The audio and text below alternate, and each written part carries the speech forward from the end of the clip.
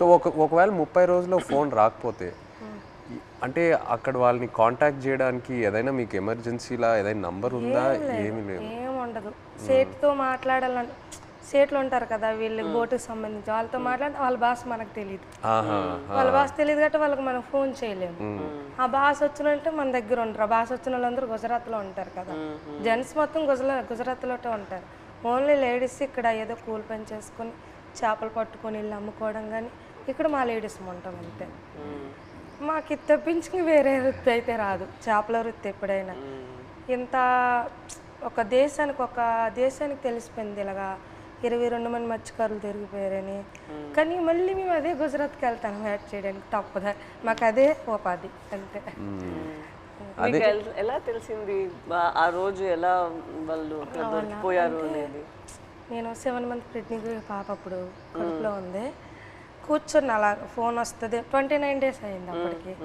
Phone వస్తుందని ఇలాగే కూర్చున్నా మా పెద్ద పాప పక్కన పెట్టుకొని. మా అమ్మకి కానీ చెప్తానని మీ అల్లుడు వస్తారు ఇలాగ యాడ్ నుంచి ఫోన్ చేస్తారమ్మా చెప్పిన తర్వాత సరేలేని కూర్చున్నాను. ఫోన్ రాలే. ఉదయం మార్నింగ్ 10 అయింది. వేరే వాళ్ళు ఫోన్ చేశారనమాట నా మొబైల్కి. ఇలాగా మీ ఆయన పాకిస్తాన్కి దూరికిపోయారట అనేసి. వేరే వాళ్ళంటే ఎవరు ఫోన్ చేశారు? అదే గుజరాత్ నుంచి మా ఊరు నుంచి వలస వెళ్ళారు కదా. అక్కడి నుంచో ఒక బోటు జట్టికి వచ్చింది. వీళ్ళు దొరికిపోవడం చూసిన బోట్ అది. కలర్ చూసారు ఆ బోటులో ఉన్నోళ్ళు. మీ ఆయనకి పాకిస్తాన్లో పట్టుకుని వెళ్ళిపోయారు అని చూసిన వాళ్ళు నాకు వచ్చి ఫోన్ చేసి చెప్పారు. చెప్పిన తర్వాత అవును అన్నట్టు అసలు ఏడుపు కూడా రాలేదు. అలా కన్నీళ్ళు ఇంకిపోయేవి. ఎలాగా పాకిస్తాన్ అంటే మామూలుగా చిన్నప్పటి నుంచి పాకిస్తాన్ అంటే ఏదో భయం మాకు అనమాట. చిన్నప్పటి నుంచి పాకిస్తాన్కి మనకి యుద్ధాలు ఏదో వినేవారు. అలాంటప్పుడు పాకిస్తాన్ అంటే భయం మనకి.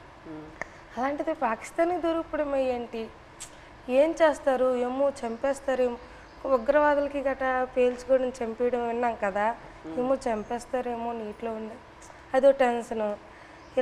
అలాగా కూర్చొని అందరం ఫ్యామిలీ మొత్తం ఏ ఊర్లో వాళ్ళకి సంబంధించిన వాళ్ళు. మా ఊర్లో అయితే 7 ఉన్నారు మా పంచాయతీలో సంబంధించిన 7 మా దగ్గర కూర్చొని ఏమైంది అనేసి అంటే ఒక అబ్బాయి భాష వచ్చింది గుజరాతీ భాష ఆడిన అబ్బాయికి మేము వీళ్ళు సేటు ఉంటారు రామారావు వాళ్ళ సేటుకి ఫోన్ చేయించాం.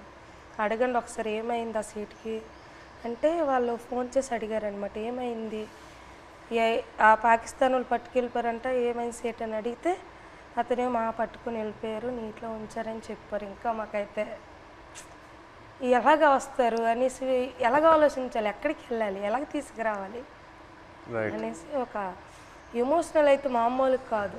22 మెంబర్స్ అంటే చిన్నపిల్లలు అప్పుడే మ్యారేజ్ అయిన అబ్బాయి అక్కడే ఉన్నాడు. నేను కడుపుతో ఉన్నాను. 2 పిల్లలు ఒక భర్త దొరికిపోయిన ఆవిడ కూడా ఇంకా ఆ బాధ వేరే. 2 బిడ్డలు ఒక భర్త అంటే ఇంకా ఎమోషన్ అయితే ఇంకా వేరే. అందరం ఇంకా అంతే ఏం చేయాలని ఆలోచనతో 1 month వరకు అలా ఉన్నాం. ఈలోగా న్యూస్ వచ్చి ఇలాగా ప్రసారం చేయడము మీడియా కొంచెం హెల్ప్ చేసింది.